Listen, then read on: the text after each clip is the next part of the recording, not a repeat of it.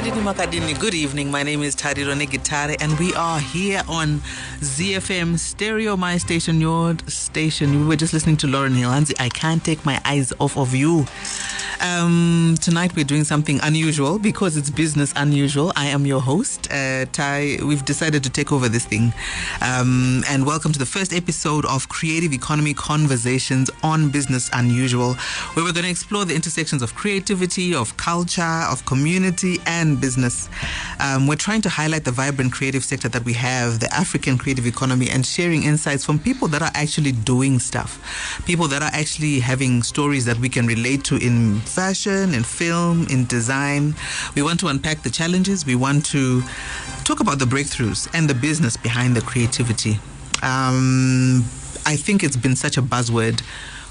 Creative economy, cultural industries. But what are we really talking about? And I'll just define what that is, which is it's an economic sector that relies on the generation of ideas, of knowledge and creativity. The creative economy highlights the value of creativity as a driver of economic development and social progress. So kicking off this episode, we really want to get into a topic about what the state of the creative economy looks like in Zimbabwe and in Africa as a whole. And I'm thrilled. Atinaka drum roll. Okay, it's fine. Tajera my effects. But I'm thrilled because my guest today is really someone who has experienced different sides and facets of the creative economy, not only as a musician, but also as a artist manager, as a festival manager, as a curator, as a tech entrepreneur, and as a lover of all things art. And I've been honored and privileged to watch this firsthand. And I think we've had so many private conversations that I thought, maybe we need to just bring these conversations to the public and shed some light on his expertise and the passion for the creative sector. So allow me to invite my boss, my personal friend, my big brother, Walter Wanyanya. See, I had a whole whole bio, but I had to throw that out. I think you've done well. You've done well. Thank you. Okay, I will still go through it because I don't want to assume that everybody knows who you are, and I really want people to also get a feel of who you really are. So Walter Wanyanya is a dynamic music and technology entrepreneur known for his innovative contributions to both industries. He's the director of Ngomane Hosho, and for those of you who don't know, Ngomane Hosho is the production house for the Stanbic Jacaranda Music Festival, Jabulani Jazz Festival, Flame Lily Rock Festival. I bet you didn't know that one, did you? And Cafe DM DJ Festival, which is the last one we just had recently, which was an absolute success. He's also established himself as a key player in the Zimbabwean music scene. He's managed some accomplished artists. We don't need to mention the names. Mm-hmm. But because of that, it's enabled him to guide and to develop numerous talents like myself, and also just bringing out the best in the creatives that he works with. So if you are joining us in this conversation, feel free to chime in. We've got a WhatsApp messaging going on. The number is 0772 168 045, and we'll just dive straight into it. Mr. Wanyanya. Thank you so much for having me. That's good. Thanks so much for joining us and just being part of this conversation. We want to get straight into what you are seeing the creative landscape in Zimbabwe looking like. What's your perspective on the current state, and how has it evolved through the years? You've seen it from the time you were a musician to the time where you are now creating platforms for other musicians. Yeah. So how have you seen that transition happening for the creative economy in Zimbabwe? I think the current state is actually very, very exciting. I'll use an example from yesterday. I went to a workshop. I was speaking at again yesterday, and but at the workshop, the main event was actually about showcasing the different people from the tech side of live event production, which is sound, lights, and that kind of thing. So, but what showed me that the future is bright was the number of young people that were interested in that side of events. We had a whole bunch of kids from Lupane University. We had a whole bunch of kids from the different universities as well, UZ, CUT. We had some guys from Otare, but these are all young guys, like you're looking at like 16 to about 25. And I think the minute you have that age group hungry for knowledge, it shows you that there are people that are going to take over from us when we decide to hang our boots, for lack of a better word.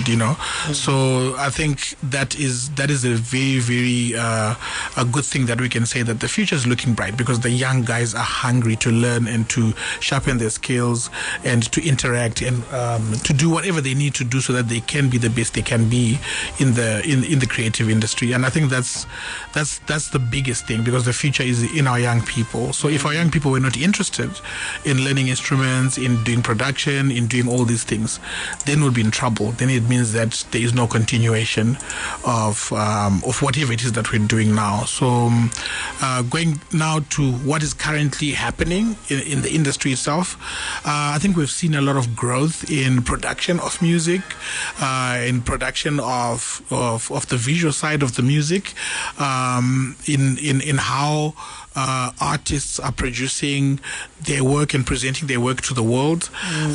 There's certain standards that everybody is getting, on top of, with management, with booking agents, with taking part in other events that are outside of the Zimbabwean population. Even when they go outside, we're seeing a lot more artists now performing at festivals and spaces that are not just occupied by Zimbabweans, but they're getting new crowds and new audiences. And I think that's pretty exciting, for the future. That's interesting. You spoke about the young people and how it's important that they get involved in the growth of the creative sector. Do you see a generational divide in terms of the young ones learning from the older ones learning from the young ones? Are there enough platforms for that sort of engagement to happen?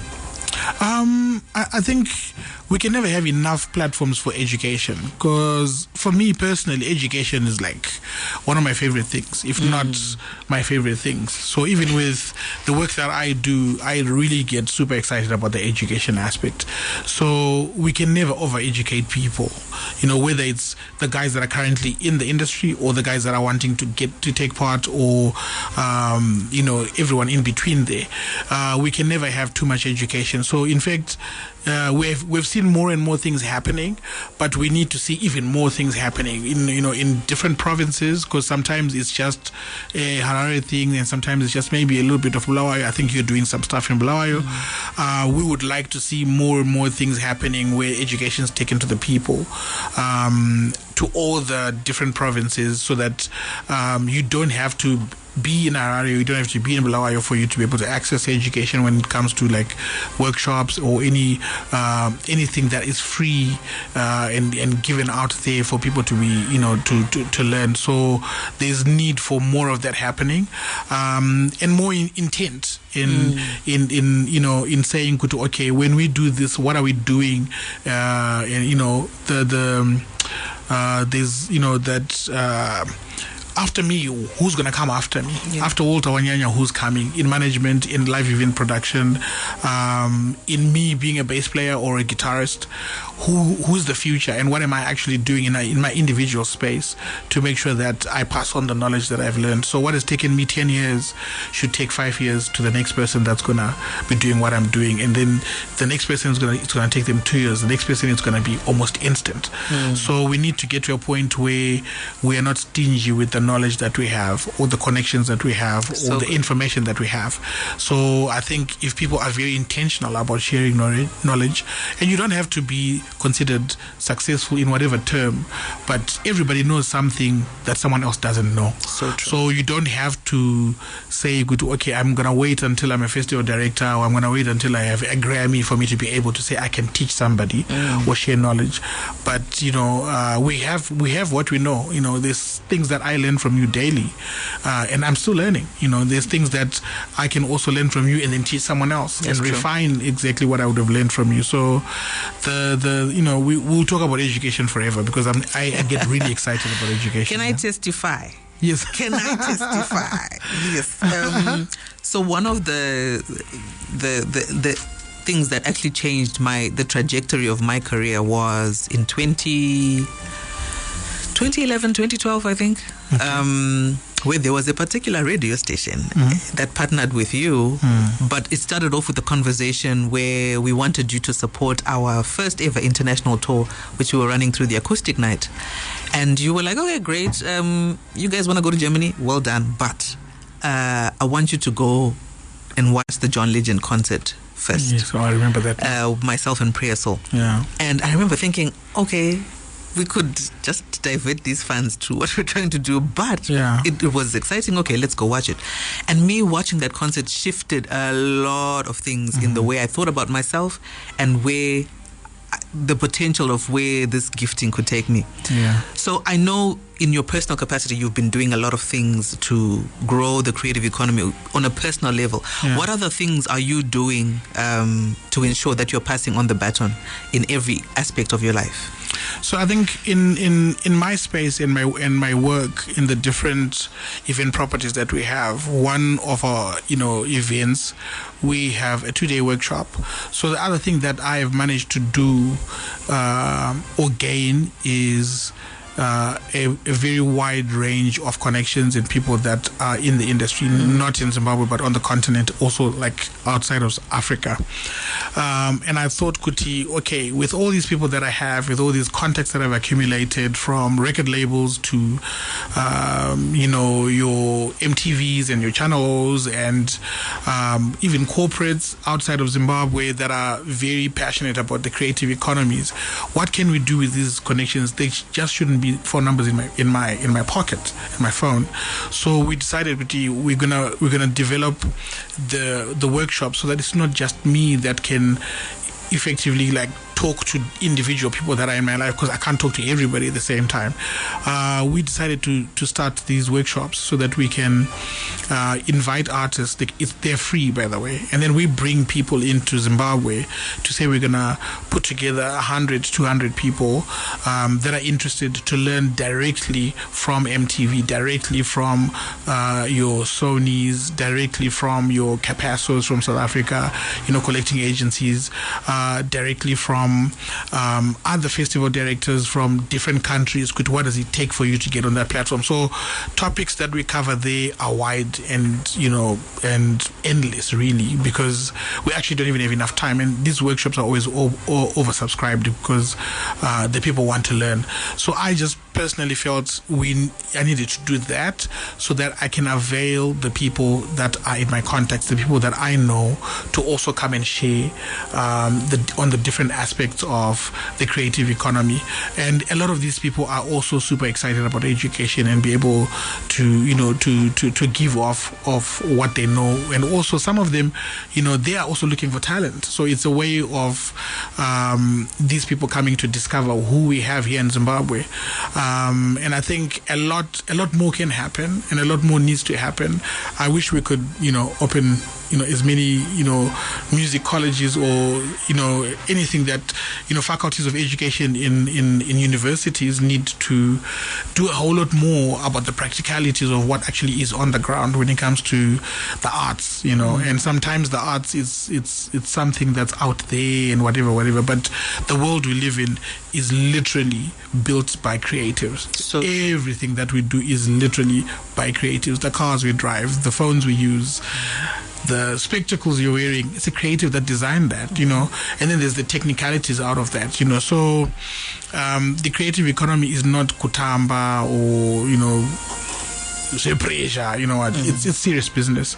And I guess that's why we're talking about it, as a business, and that's why governments also are taking the initiative to lead in making sure that the creative economy is recognized as serious business. And I think we appreciate that. That's true. Yeah. And it is serious business. And I don't think people realize that it is, maybe because we as the ambassadors of it have not been vocal or intentional about selling it as an economic product. Yeah.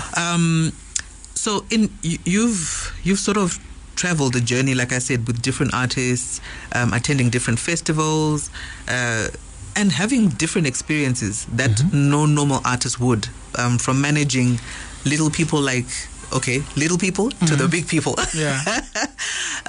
What are some of the challenges that you've seen the artists facing not only locally but on a regional and international level? And how do you see that having changed to where we are now? I think for them, a lot of artists that I've seen, it's the transition from their hobby, which is music, or their art form, whatever it is. The transition from it being a hobby to it being a profession to it being a business. Most of the times people just find, oh, I like to sing, or I like to do poetry, I like to play an instrument, and it's something that I just do on the side, and then at the same time they're also studying to be something else. But then when you are a creative, you're a creative. We're not going to take 2 years at varsity and drop out to say I'm going to now follow my art or my heart. It's now that transition from saying, okay, this is something that is not necessarily still has that stigma, equity, when you decide to be a musician, tell us about something, do something serious. Do you know what I mean? People around you won't take you seriously until you blow up. They know, but before that happens, how do you take yourself seriously? How do you also, garner support from people around you, from family, from friends, where you need the support to say, okay, you know what, guys, if I was starting to be a pilot, people will easily support me. Good, guys, I need more money for me to go for my flying lessons. They'll jump around because you want to be a pilot. Yeah. But then if you want, money to go for guitar lessons, come on. You know what I mean? Yeah. So that's discouraging. So you need to then obviously dig deep into something somewhere in your heart to say, okay, I may not get the support I need, but I'm gonna push and I'm gonna persevere. I'm gonna get a lot of no's, but until I get the right yeses that come my way, I'm still gonna push. So they get a lot of people get discouraged along the way, and then they stop and they give up on that dream, and then they decide to follow whatever else, and then it's our loss as the world, Kuti, and artists has given up on their craft. So if we could see a situation where a lot of these young people get the encouragement they need, and once they actually say, Kuti, I'm deciding to follow my heart, then we also need to be able to give them the tools that they need so that it becomes a business. And also creatives, I think, need a good support system. So like you as an artist, you write your music, you compose your music, you record your music, then you should be able, in a good, perfect world, be able to concentrate on only just the creative. So good. Then you now need an ecosystem around you as Tari. You now need a good manager that understands what management is. You now need a booking agent somewhere in the world that understands who Tari is as an artist. You now need a publishing house that's also taking care of your business. You need all these things around you. You now need a good band that has everyone in that band knowing and understanding why they are in that band. So that ecosystem, is also needs to move at the same pace as you are moving and is growing as an artist. And I think that's one of the biggest problems. Because you may have the artist, and he's done his homework and he's done his part, but then he needs the support of all these other people that I've mentioned to also be as passionate, to also be as dedicated as him. Mobatirana, you know what I mean, covering each other's weaknesses and that kind of thing, and the ship sails. So I think it's also a situation of, I think I mentioned it yesterday at that conference that I was talking about, Kuti. For me, I started off as a bass player, but I don't think I was meant to be a bass player for the rest of my life. I don't play as much anymore. I play for my kids. But can I change how it is? No, not anymore. So I think when I was playing, it was for the purposes of me understanding what it takes to be on stage, what it takes for me to perform, what it takes for me to tour, to compose, to write. So I did all that. But yes, I love music. I could have gone on and continued performing, but I had to take a back seat from stage work to go to the back end of the music. There are a lot of people that are trying to be musicians, but they should be managers. They should be the ones that are studying law, so that we can have entertainment lawyers who are also musicians, quote unquote. So there's one thing having a lawyer who just understands, I'm a lawyer for a big artist because Panemari. But there's also another thing where you've got a lawyer who also has some kind of musical background and understands what are we actually going through as musicians. So there's someone that is trying to be a songwriter, but what they are is a lighting guy. They need to actually go and study lighting and be a lighting engineer, because we hardly have anyone. I can't even tell you one person that I can actually tell you a couple. Lighting bay. Mildred. Mildred. So I just thought of her. Yeah. So we need more of those people that are studying lights on its own. Yeah. So that's one area that I think we need to also highlight, because there are ecosystems around the superstars. There are people behind. There's sound engineers. There's all these people that are really, really key in being able to make sure that the ecosystem and the economy itself on the industry is an industry, because Munuese is doing what they're supposed to do. You've said a mouthful there now. A lot. Like, bruh. I loaded my English bundles. I can see you are ready. I want to bring you back, because you talked about artists need to transition to be business people. But how easy, and I'm now speaking as a struggling artist myself, how easy is it to transition? Because, like you're saying, number one, there's not enough investment in the ecosystem. So that means I'm going to be burnt out trying to be all these things. Yeah. Secondly, does the system allow us to do that? Because as much as we want to comply, we want to do A, B, C, D, the figures do not then allow us to do that. For instance, if I want to now register myself as a neGitare Trust PVO bill, etc., it's going to cost me an amount of money that I may not have at the moment. So there's all these other things that we want to comply, and we want to be practical about it. Yeah. But does the system allow us to do that and to transition well? I think this is where, I'm glad we've got people like Mr. Nyani at National Arts Council, because,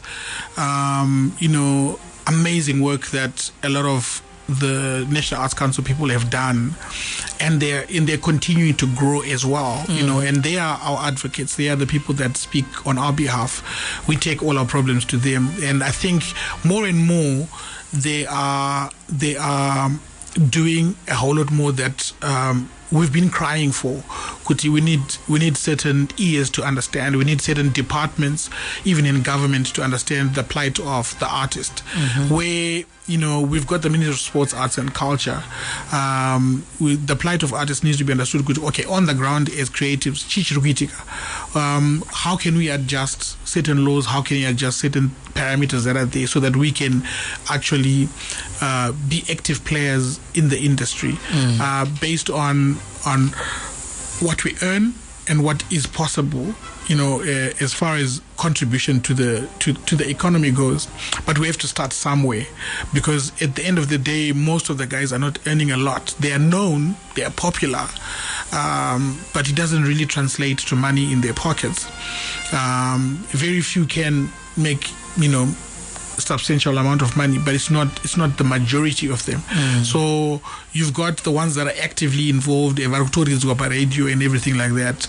They still not actually earning what they're supposed to be earning, and then you've got the ones that are just starting out, that are not even on the airwaves. They need also the help and the support, but I guess it's a situation where the process is going to be long. But I think I can see it happening, and I can see certain things changing, and certain mindsets also changing to making sure that the system is soft, to be able to allow growth in the industry. And growth is also not always fun. It's work. Oh yeah. It's going to take a lot of back and forth, us presenting documents, us presenting our issues, coming back and asking questions, and that kind of thing. So again, I think it's exciting, because we're actually seeing positivity in that area. Yeah. So I want to zone in on your personal journey in terms of how you manage that transition from being the bass player to, okay, now I'm running one of the biggest festivals in the country. What were some of the things that you had to do personally to prepare yourself for those roles that you are now taking up? I think for me it was more just the hunger for knowledge, asking a lot of questions. Sometimes because you're in a certain position, you think you shouldn't have questions, because if you are the festival director, what more do you want to learn? And people don't learn because they say, I can't be found to be raising my hand and saying, can I ask a question? I don't understand A, B, C, D. The one thing that I live by in my personal capacity, since a personal question, is I live by 3 words, which is love, learn, and teach. Come on. Come again. Love, learn, and teach. Yeah. Yes. So, I personally make sure if I have something that I'm passionate about, if something that I love, you're gonna know. I love motorbikes. Everybody knows that. So yes. So and I don't hold back. I love passionately. So whatever it is that you decide, whatever it is that you want to do, whatever that you want to do, love it, and love it with such passion that it's contagious. And you want to see yourself do more for that thing or with that thing that you love. And because you love it so much, you can't help but want to learn more about how you can be better at whatever that is. How can you be better as a bass player? How can you be better as a songwriter, as a performer? And learning, there's no, in Shona we say, so daily seek knowledge from your peers, from those that are young, and that are learning about AI, because maybe my mind is not there for me to understand what AI is, but it's part of it's part of our lives. We can't ignore it. That's true. So there's nothing wrong with you asking, your 18-year-old son or daughter or cousin or nephew, but what is this AI thing? How do you think I can apply it in my business as a musician? Yeah. That's learning, and we're never gonna know everything. And if you think you know everything, and if you arrive, then no one's gonna want to teach you. No one's gonna come and say, Walter, why don't you try something this way? Why don't you try this that way? And then obviously teach.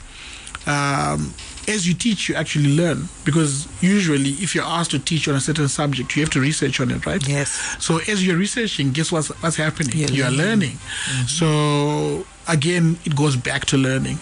So the transition for me was pretty easy, because I've been applying those things for many years, because I come from a background where I didn't have anything. I didn't have access to the knowledge. I didn't have the university degrees. I knew I needed to learn, to the point I literally volunteered to work for free in a bookshop so that I have access to books. Wow. That I would not. Wow. So learning has always been a way for me to be able to acquire knowledge, and by hook, by crook, I'm going to learn. Even if it means I'm just sitting down and I'm asking someone, Shah, can you just tell me something on this particular matter? So you should not arrive. Arriving is not part of the plan, because what is arriving? You don't want to be the best at whatever. Once you are the best. Now, usually what happens when you're now identified as the best, you now think you've attained everything. Now you don't learn. So I think again it goes back to what I said earlier on, initially when we started the conversation. Education is super key, and it's not just for young artists or young creative entrepreneurs. It's for everybody. It's for everyone. Yeah. And education doesn't necessarily mean you're sitting behind a desk. Exactly. Yeah. Nowadays you can just hop on an online course. You can sit in a workshop. You can volunteer and learn as much as you can. So I love that. You hosted UB40. Yes. And you've done several similar concerts. Yes. Talk to us about the value it gives to a nation when things like this happen, and also given the timing that you hosted that concert, and the attention that Zimbabwe got through that. Talk to us about the tourism aspect around the creative projects that we are doing. I think when events like that happen, I think obviously you're highlighting the UB40 concert, but for any nation, for any city, for any host country or whatever that hosts something that is prestigious, a conference even, there are a lot of people around an event like that will benefit. You've got hotels, so you've got people in the catering industry, you've got people in logistics, transport, car hire, you've got for us, obviously the technical side of things, you've got security companies that are working, you've got ZRP working. Yeah. You've got people we love them. We need them. We love them. We've got people in the health sector Yes. working. We always have doctors and ambulances on standby, that kind of thing. So it's a huge machine that makes an event of that magnitude happen. And because of that, the economic effect is felt by everybody involved. Some people may think, you know what, I'm not going to the show, I don't see the economic effect. But, obviously, with business, it's a domino effect. You may not be benefiting it directly, but your client that comes and buys things from you is the one that has earned money because they provide security services at a particular event, that kind of thing. So it's a huge ecosystem. I think right now, if anyone follows what's happening on the entertainment scene, one of the biggest events happening is happening in Portugal right now, called Afro Nation, and Afro Nation literally shuts down Portugal. And I've been noticing people on social media, we've got a whole bunch of Zimbabweans that flew out to Afro Nation to be part of it. So we can have events that grow to that magnitude that we can host here in Zimbabwe. Yes. I think we saw the change that happened when South Africa hosted the World Cup. So it's exactly the same thing. The fact that the World Cup came to South Africa, a whole lot of stadiums had to be built to accommodate and to meet the standards of what was going to happen. Yes. So why don't we have Beyonce in Zimbabwe or Rihanna or whatever? We don't have the infrastructure. Yes. So if we had a situation where we had the opportunity to bring Beyonce here, and if we had the infrastructure, guess what? She'll be here. Chris Brown came to South Africa. The reason why Chris Brown didn't come to Zimbabwe was not because we don't have the audience or we don't have possibly even the technical side of things. We're actually pretty good. It's just that we don't have the infrastructure. So entertainment real estate is non-existent in Zimbabwe, literally. There's nothing. So it's as much as it's scary, it's also a great opportunity for those that are in real estate, for them to look into that space. Wherever there's a problem, there's an opportunity for business. So someone out there needs to look into that space. Okay, let's not just build clusters. We're building clusters every single time. Yes. Let's start with 200-seater venues for theater. Let's start with let's move on to 300-seater concert venues. Let's start, let's move to 1,000 and 5,000, 10,000, and so on and so on. Lots of churches, but nothing for business, for public gatherings of people. So it's that diversification. If I had $1 million, I definitely know where I would put it. But so and nothing for the community as well. The arts are a great way to just engage the community. I saw an advert today actually. Arcadia Community is starting a creative hub, which is exciting. That's what we should be using these spaces for, just creating art spaces for young people.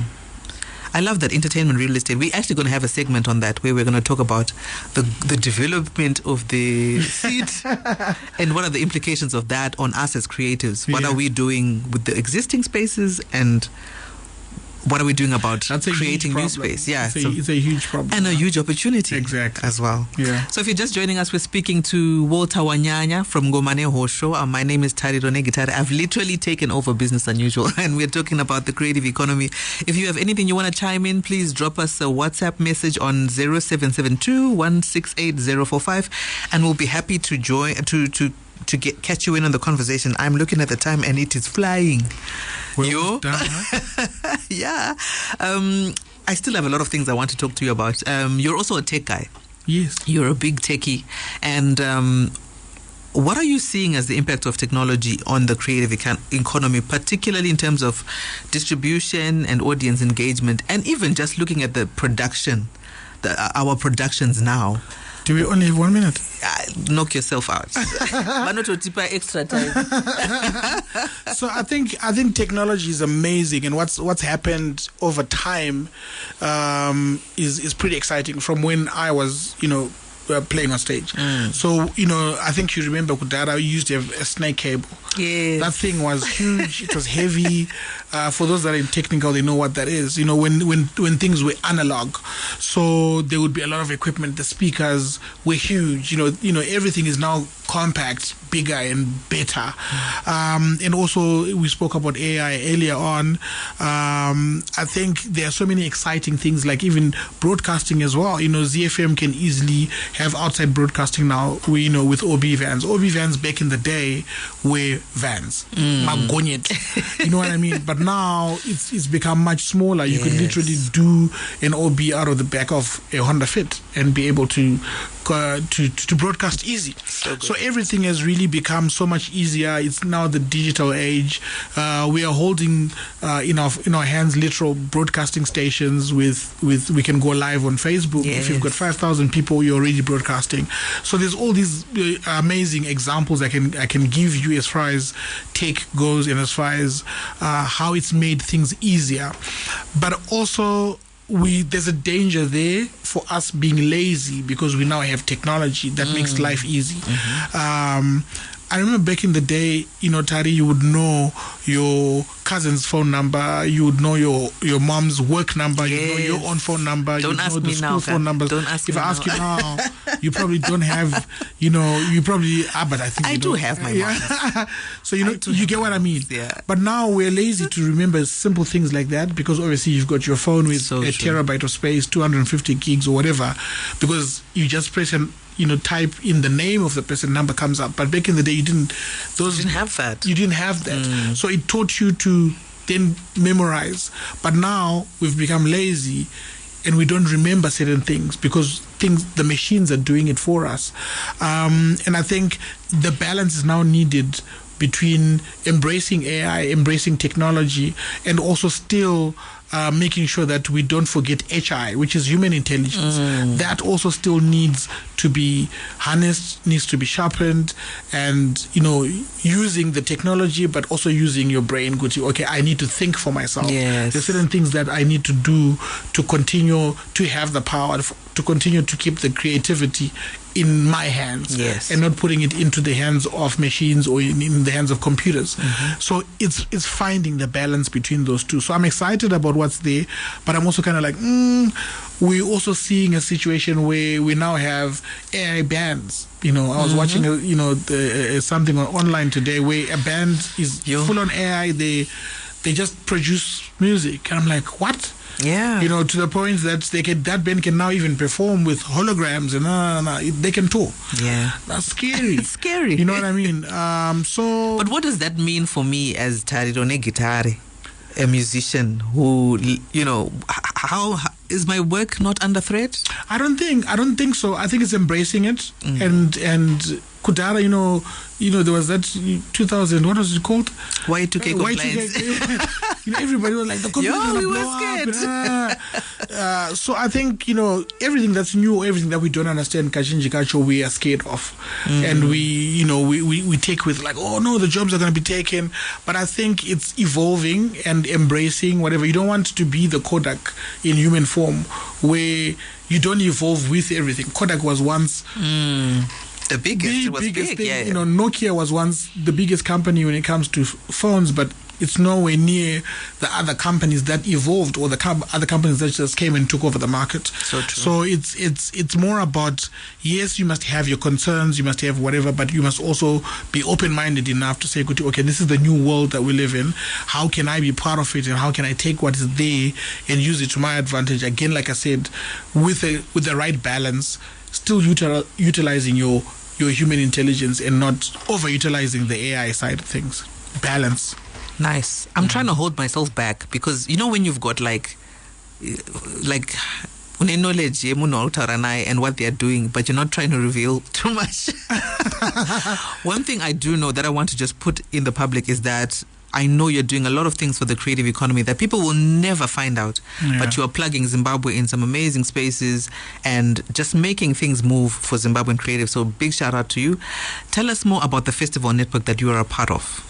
The festival network that I'm part of is something that I founded with a lady called Catherine McVicker. Catherine is an American based in Boston. She's a booking agent that has worked with huge artists like Nora Jones, Richard Bonner. She's Samara Joy. Samara Joy, I think, has won some like Grammys, 5 Grammys so far, and she's literally not even 25. So I met Catherine at Cape Town Jazz Festival. I was there doing a production with Dr. Oliver Mtukudzi, and we met literally in the hotel lobby in Cape Town. She was there with Richard Bonner. I was there with Oliver Mtukudzi, and we just started talking. Hi, how are you? It ended up being like a 2-3 hour conversation. Anyways, fast forward to us finding out that, okay, we are passionate about the same things, and obviously the artists that we were working with collaborate. They collaborate on stage, they collaborate in the studio, they collaborate in all sorts of things. But a person like her and a person like me, we're not collaborating. We were only meeting when it was time for our artists to collaborate. But us, as the people that are in the back end, didn't really do any business unless our artists that we represent are doing business. So we're like, okay, we need to fix that. So we thought, let's make a plan and do something about it. So we started talking about it. She went back to Boston. I stayed here, obviously, in Africa, doing what I was doing. We kept in touch. And then COVID came, and we had more time on our hands. She's sitting in the States. We are also, locked up here in everywhere. So we had plenty of time on our hands. So COVID actually was a good time for us to be able to establish that network. We have about almost 50 countries represented, mostly African countries, because we're mostly focusing on African creative entrepreneurs. So we have different Walters that are part of this network. Nice. So imagine a Walter from Nigeria, from Zambia, from Namibia, from Botswana, etc. So all these people are part of this network, and the reason why we put that network together is so that we can share knowledge, share best practice initiatives, and share information. Now it's easier for me to book artists, and a lot of people think, okay, Walter, how do you do it? No. It's the connections in the people that I know. Yes. And we basically just put together that network so that it's easier. If we say for our festival this year we want an artist from Kenya, I don't have to be sitting on the computer googling and checking who can come and who can do this. I can just go in our network and just say, hey guys, everybody knows Jacaranda, or everybody knows my festival. They know what kind of artists we would like to book. I will just say, I need someone from Kenya, and then within 5-10 minutes I will have recommendations and things like that. But that's the top and tail of what that network is about. And then also those people are also as passionate about teaching and knowledge. We travel to each other's countries, attend each other's festivals to help to do productions. I think with our festival here in Zimbabwe, we have done work with Joy of Jazz in South Africa. We've done work with Luju in Eswatini, in Lesotho. We're doing some work in Namibia, and that's also part. I can go on and on about that. That's I can also testify. Yes, that's part of what the network is. It's basically collaborations that are happening with the people in the back. Nice. Mr. Wanyanya, it's been an absolute pleasure. Thank you so much for your time, and thank you for your love and for your passion. I'm reading a message here. It doesn't say who it's from, but Hansi, thank you, Mr. Walter, for people like you. I'm so passionate about the arts industry. I'm a singer, and I know for sure I have the talent, but I have not gotten the opportunity to put myself out there, mostly because of financial challenges. May you please help me if possible. I heard you say you also search for talent. I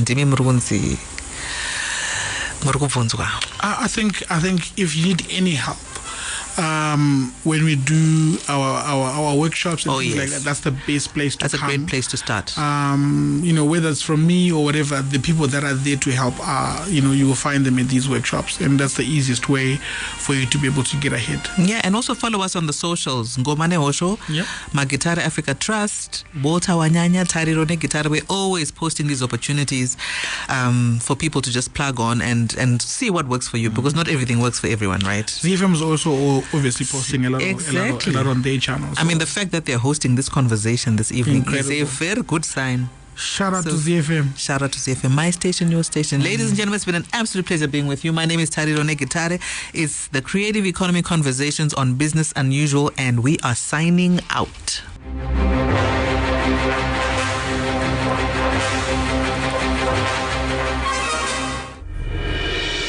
Business Unusual, separating economic facts from fiction.